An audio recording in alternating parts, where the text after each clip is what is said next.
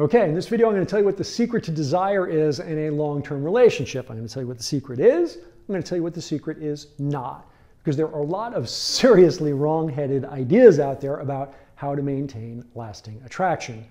And obviously, if you look at most couples who've been together for a long time, you're going to notice two things.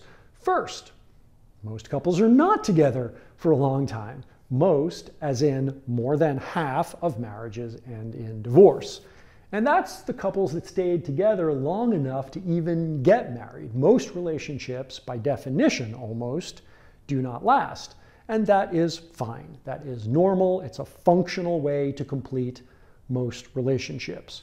But when you look at those couples who do stay together over the long term, what you find is most of them are not passionate a good percentage of the time. They don't even seem to like each other. They just bicker all the time, and you wonder why they did stay together.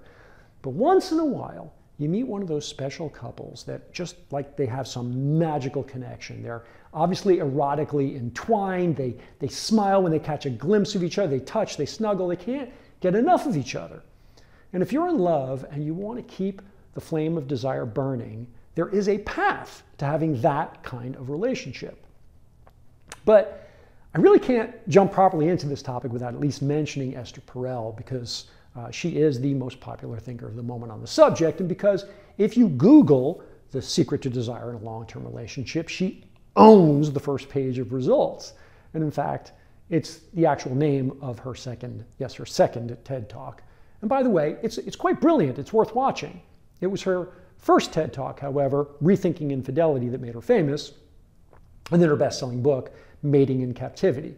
Now, she's brilliant, and she's a poetic communicator of ideas, and she has, many great nuggets of deep truth. And so many things that she says are just powerfully right. But she also leaps to a series of conclusions that are just plain wrong. And, I'm sure that I'm frequently wrong also. Sometimes people are wrong. But the core problem of what Dr. Perel is wrong about is that it turns out to be the very things that she is most remembered for and most quoted for. The one thing, in fact, that she's most famous for, and that first captivated the audience of Silicon Valley executives who leapt to their feet and cheered and went wild at the end of her first TED Talk, was when she asked the simple question, how can you desire what you already have? How can you desire what you already have? And it was as if the entire married world breathed a sigh of relief, because, you can't. It doesn't make sense. Of course you can't want what you already have. I'm not broken. I'm not a failure at marriage. It's not only okay, it's actually only logical that I don't desire my spouse anymore. But it turns out there's a major problem with this phrase that catapulted Esther Perel to success, and that problem is that it is not in any way true. Actually, it's nothing more than a kind of cynical double entendre. See, there's two meanings, at least two meanings, to the word desire. We might mean desire as in that thing that we want that we don't have. We covet it, we don't have it, so we desire it. Or we might be talking about sexual desire, that drive that makes us want to have sex. And it turns out that, in fact, of course, we're talking about that second kind of desire. And there's absolutely nothing interesting in this question as regards to, can you sexually desire what you already have? Because of course you can. You can sexually desire the person you're with. You can sexually desire the person you're not with. You can sexually desire them both at the same time. Sexual desire just does its own thing. It has absolutely nothing to do with having and not having. The double entendre is clever, but it is not actually any kind of deep revelation. In fact, as I said, when you realize that we're talking about the second meaning to the word, this idea of sexual desire, when you understand that we're taking it as sexual urge, it's no longer even an interesting question. And yet, let me repeat here, I do think Dr. Perel is brilliant, and she says many things that I not only agree with, but are insightful and important. But when I talk to couples, the only two things that anyone ever remembers about Dr. Perel's TED Talks or her books are, can you want what you already have?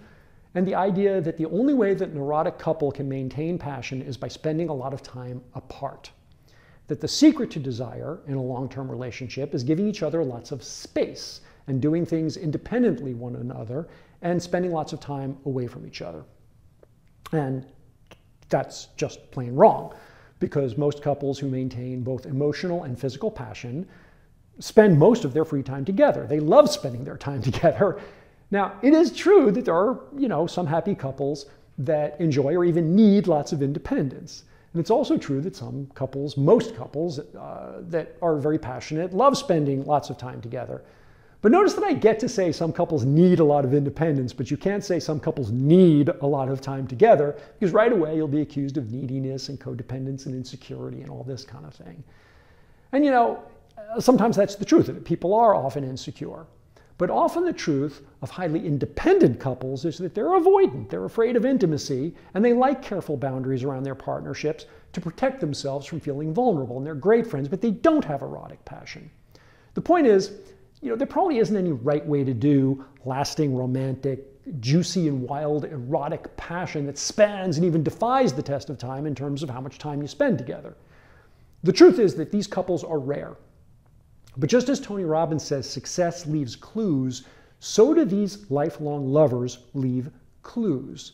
And here are some of the important and simple rules that you can follow if you want that kind of a magical, lifelong erotic connection, without having to take separate vacations. First, surrender all your judgment and accept your partner for who they actually are and not who you want them to be.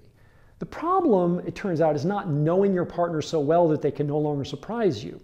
It's thinking that you know them so well that you don't permit them to surprise you. This really is a huge difference, because we tend to paint our partners into a little box, and we force them to live there. It's no fun. And of course they can't surprise us. We got them in a box. We love the idea of who we want them to be, not who they're actually showing up as day by day. And we get into fights and arguments because we disappoint each other. We disappoint our preconceived notions of who we think each other are. But being present and attentive and deeply curious about who they're really being in the moment is an authentic step towards lasting desire. Second, make romantic love a priority. Priorities aren't things that you do when everything else in your day is done, you got a little extra time for it. Priorities go on the calendar. Priorities get done first. Priorities take up mental space and attention and money and focus and time.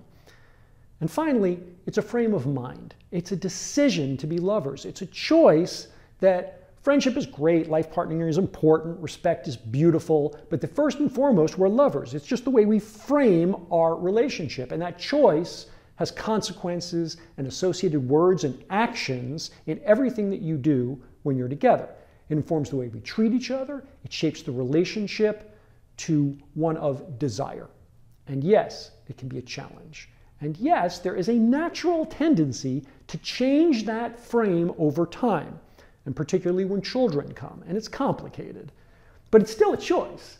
And if you make that choice, that firm decision to keep framing and reframing your relationship as romantic, as passionate, as erotic, and not just a great friendship, and if you do that while remaining curious and open about who your partner is, who they're becoming, day by day, moment by moment, surrendering judgment, just really being with who they're being, which is a decision, a deep faith to love them for who they are in real time and who they're revealing themselves to be. Then, my friend, you will not have to worry about imagination or fantasy or generating novelty or spending lots of time apart in order to maintain desire in your long-term relationship.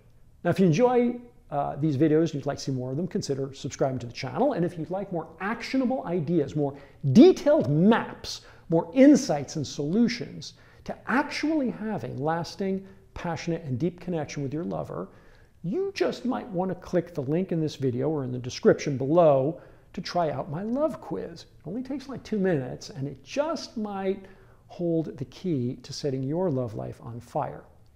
Thanks for watching, and I will talk to you again next time.